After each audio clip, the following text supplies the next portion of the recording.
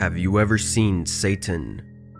You might think that such a thing would only exist in movies, yet I've seen one in reality. The story starts 12 years ago when I was in middle school. My best friend, Amy, I used to call her the world's kindest girl every day, but at some point, I had to take that back. One day her eyes became strange. It's hard to explain, but whenever I looked into her eyes, I felt an enormously empty feeling. I tried to find out what that feeling was, and I finally realized. It was despair. I felt despair.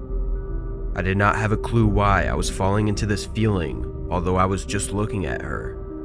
So since then, I tried to not look her in the eyes anymore.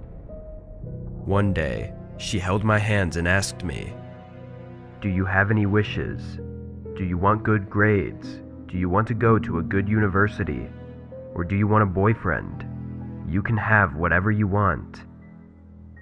That was so out of context, so I asked her what she meant. She replied, "You can have anything you want, as long as you do what the devils want instead."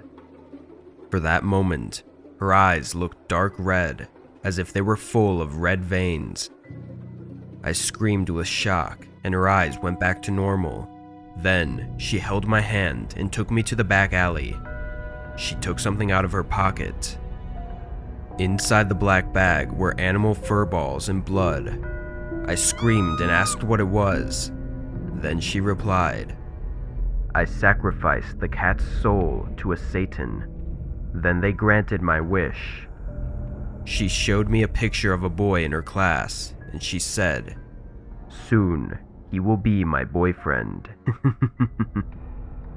I was in great shock.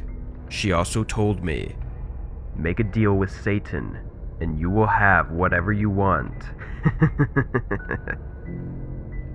I decided to cut ties with her. It turned out that she was known as a mentally ill misfit at school. I was avoiding her for a long time, until one day she spoke to me in the corridor. "Mammon says he's going to punish you." "Mammon?" I asked. Suddenly, she went back 90 degrees and screamed in a tremendously thick and creepy voice, "I will cut your body into 1,000 pieces and scatter them all around the world so that no one will find your body, and the crows and worms will eat up all of your body. Your soul will also vanish." Suddenly, my eyes went black. A moment later, I opened my eyes to a screaming sound that would burst my eardrums out, and I felt strange. I was biting my wrist frantically, and around me, 5 girls were trying to pull my hand off. In front of me, Amy was laughing maniacally, lying prone on the floor. In shock, I loosened up my jaw that was biting on my wrist, and my friends pulled my arms away. My wrist was bleeding. If it wasn't for my friends, I might have died because of the torn blood vessel of my wrist.